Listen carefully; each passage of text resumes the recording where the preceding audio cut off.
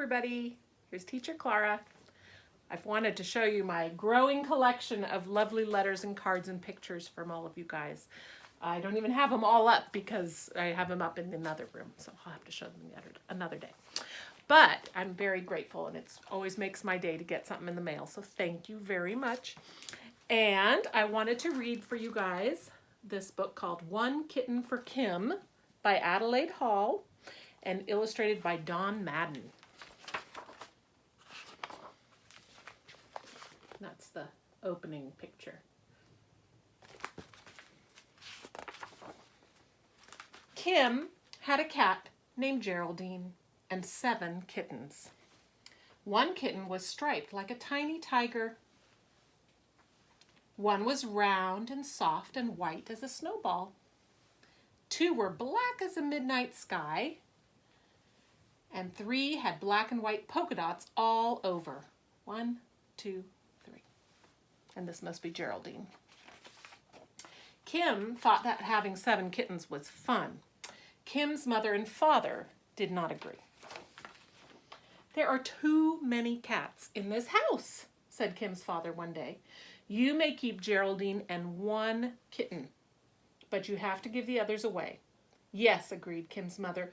2 pets is enough in one house. So Kim chose the roundest and rolliest polka dot kitten for his own. And then he put the others in his mother's laundry basket and set the basket in his wagon. And away he went down the street with 6 kittens in his basket.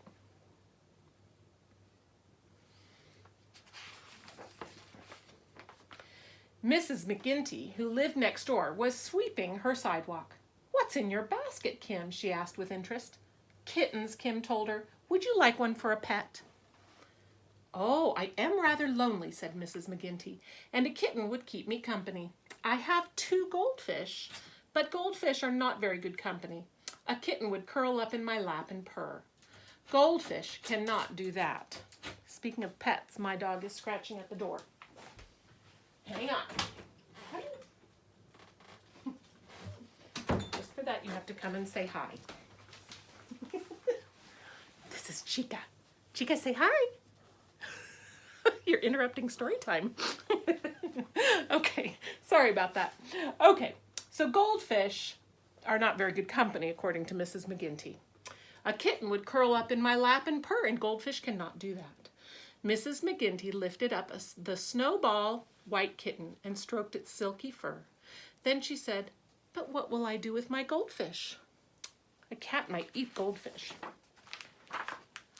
"You could give the goldfish to me," said Kim brightly. Mrs. McGinty hurried into the house and she came out carrying a round glass bowl. Inside the bowl, 2 golden orange fish were swimming around and around. They had shiny fins, and they had tails like little waving fans, and their mouths were shaped like little round O's. Kim thanked Mrs. McGinty, and he set the glass bowl in his wagon, and away he went down the street with 5 kittens in his basket and 2 goldfish in a bowl. Kim pulled his wagon slowly because the water in the goldfish bowl went splish, splosh, splash. He pulled his wagon quietly because he was coming to Miss Murphy's house. Miss Murphy did not like noise. She did not like rattly wagons or squeaky wheels or noisy children. Miss Murphy sat in her front porch, quietly rocking. "Hello, Miss Murphy," said Kim politely. "I have some kittens to give away. Nice, quiet kittens," he added. "Did you say quiet kittens?" said Miss Murphy, with interest. "Let me see them." She peered into the basket. The kittens were curled into soft balls sleeping. They were making quiet purring noises. Sorry, I forget to show you guys the pictures. "Wait here a minute, Kim," said Miss Murphy, hurrying up to the steps of the door. She came out carrying a golden cage. Inside it sat a large green parrot, arcing and squawking noisily. "This is Skipper," she explained. "My brother, who is a sea captain, brought him to me from far across the sea. Skipper is a very noisy bird. He chatters and he whistles and he sings the sailor's hornpipe. I simply cannot stand noisy pets. Would you trade one of your nice quiet kittens for a nice noisy parrot? Kim was delighted. Miss Murphy chose a round polka dot kitten that was curled up quietly asleep.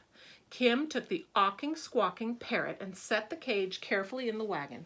And he thanked Miss Murphy, and then he went down the street with 4 kittens in his basket, 2 goldfish, and 1 green parrot in a cage.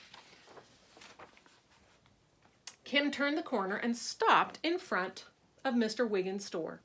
Mr. Wiggins was making bright pyramids of oranges and red apples in his fruit stand.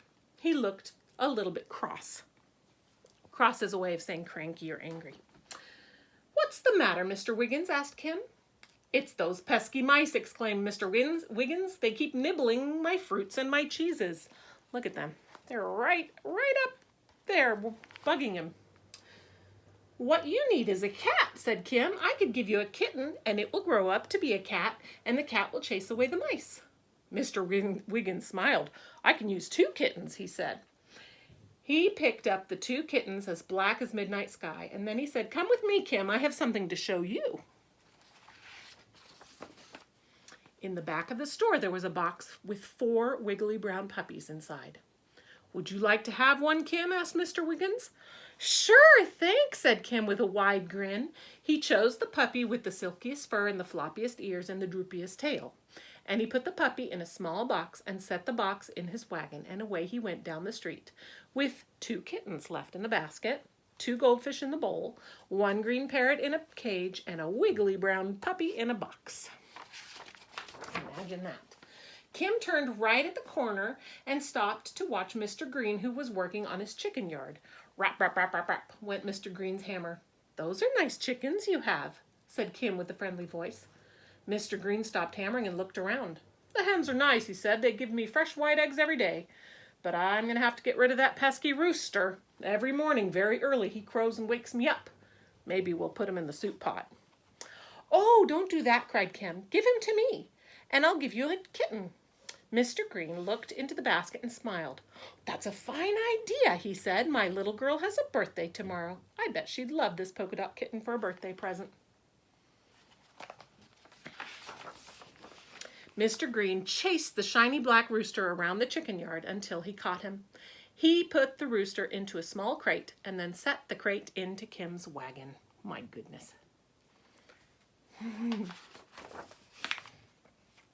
"Thanks, Mr. Green," called Kim as away he went down the street with just 1 kitten left in his basket, 2 fish in a bowl, 1 parrot in a cage, 1 wiggly brown puppy in a box, and 1 shiny black rooster in a crate. That is a very packed wagon, isn't it? As Kim turned the corner, he thought, "I have just 1 kitten left to give away." Then he saw Millicent May and her mother in the yard. Millicent was crying. This looks more like throwing a tizzy fit, huh? And looking very unhappy. Mrs. May looked a little unhappy too. "What's wrong with Millicent?" Kim asked. Mrs. May sighed. "Millicent is crying because she wants a tiger for a pet. Yesterday we went to the circus, and Millicent loved the tigers. She says she won't stop crying until we buy her a tiger." It looks like the bird isn't very happy with her either. Look at that funny bird. He's kind of glaring at her. Kim had a bright idea. "I have a kitten that looks like a tiger. Maybe Millicent would like that." He lifted the last kitten out of the basket. It was yellowish with black stripes, and it had a little tiger face and wide green eyes. Kim put the kitten in Millicent's lap, and she stopped crying and smiled at once. "Tiger," said Millicent happily, and she stroked its fur. Mrs. May was delighted. "Why, thank you, Kim.